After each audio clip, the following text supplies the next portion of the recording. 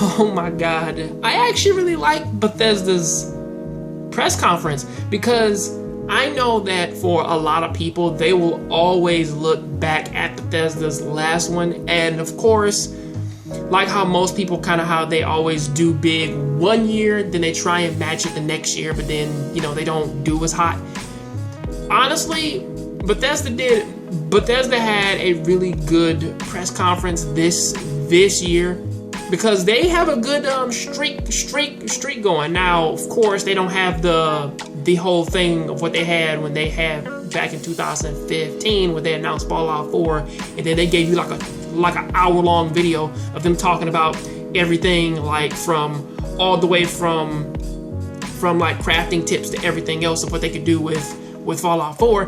They didn't have that this year, or even like the crazy teaser with Doom. They did kind of move on, and then they did announce Quake Champions. And what they're doing with Quake Champions, because it's the first game right out the gate that they were talking about, and it seems as though it's another one of those hero-esque shooters. Something almost which that honestly, if I kind of have a feel for it, it seems as though it's kind of a bit more like Unreal Tournament, something of that nature. Especially even having the name Champions in the title, it seems though it's gonna focus on the Quake aspects of, okay, you have an alien story and stuff like that.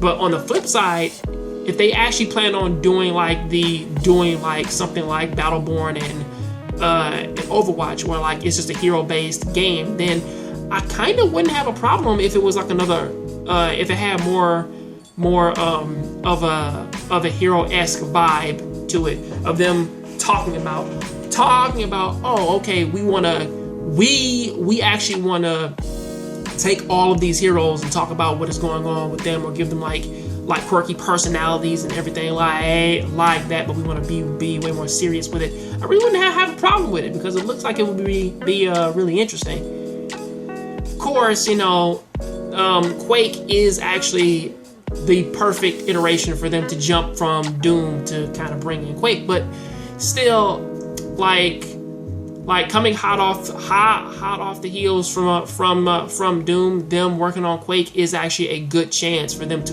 probably kind of think about making sequels and stuff like that. So who knows what's really going to happen in the future, but I really want to see way more of Quake because just the announcement alone was enough to get a few people hyped. Pretty much, now I'm gonna kind of have to bundle some things together because what they do right after that though is that they do start talking about the Elder Scrolls and stuff like that. But I kind of want to get the DLC stuff out of the way because first off, they did actually talk about Doom is getting into some brand new DLC for its snap maps and everything else, so they're adding more that. They did also talk more about Fallout 4, and that Fallout 4 and Fallout Shelter are pretty much going to be kind of flip-flopping for like their next batch of DLC. Fallout 4 is are actually getting VR versions, of course. Fallout 4 and Doom, they're both getting VR versions, which will actually make the games way more difficult than what they actually are. And also cutting back to just the straight up Fallout 4 and the Fallout Shelter stuff is that for those, they're actually planning on saying, okay, Fallout 4 is getting 3 brand new pieces of DLC.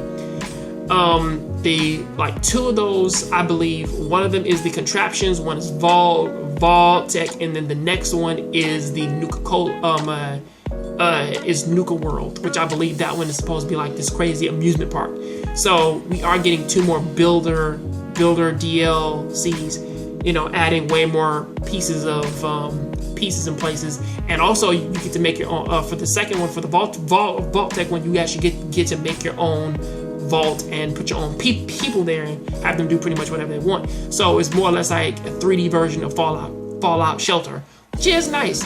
However, a lot of people are actually speculating as to because they did announce that the Nuke World thing is gonna be like their last batch of DLC for the main game of Fallout 4. So if you want to do something else with it or make way more quests and stuff like that, you will have to mod those in yourself. So I mean, like, with them still trying to implement mods on PlayStation 4, it's like, yeah, we will have to start making our own story mods and stuff like that.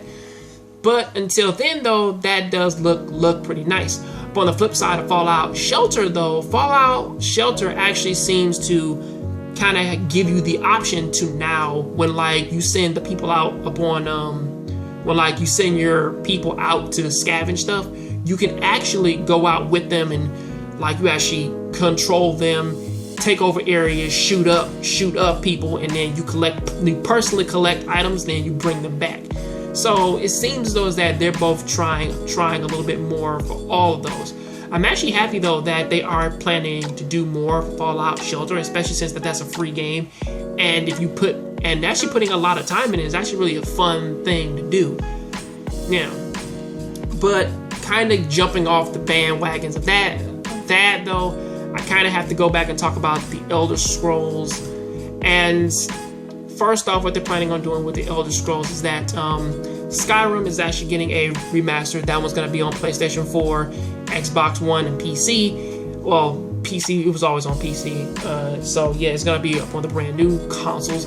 And also they are planning on throwing in mods in for that as well. Elder Scrolls Legends will also be released for Mac, Android, iPad. So that is a good thing as well. And I believe that they were also, I believe that Elder Scrolls Legends was actually supposed to be the card game in which they were supposed to throw in there. Actually, that was the second thing announced before all of the updates. But still, it's nice to kind of talk about it all in one gigantic bundle. But still, Elder Scrolls Legends, it's a card game. If you are into that, please go ahead and check that out because it's actually really interesting. And actually talking about interesting, they did announce 2 more games. They kind of went back and they started talking about the game Prey again. In this case, Bethesda pretty much is instead of them working on a sequel to the original Prey, they're kind of remaking it again, and it's gonna be something of a, I believe it's something of a space horror game. I believe it's supposed to be harken back to something of Dead Space and stuff like that, whereas like you do have like space horror and stuff like that. Now I know that a lot of people that they do want a sequel to the original Prey, but for whatever this one is, it doesn't really look like it's all that bad, or at least based upon the trailer anyway. It actually seems as though that it's going to be something that is really big, and it's something that is going to honestly pave a brand new way for them to kind of make another sequel off of this one. Hopefully they don't reboot the reboot. So hopefully. And finally, they end with Dishonored. And Dishonored 2 actually does seem to kind of feel a bit more like the first one, except for it feels actually like a dang on sequel because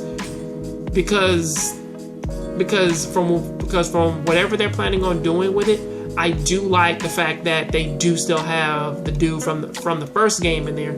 So that's actually really nice. And that he's actually there training, of course, the princess from the first one. So that is a good thing. Also, on top of that, the magical powers.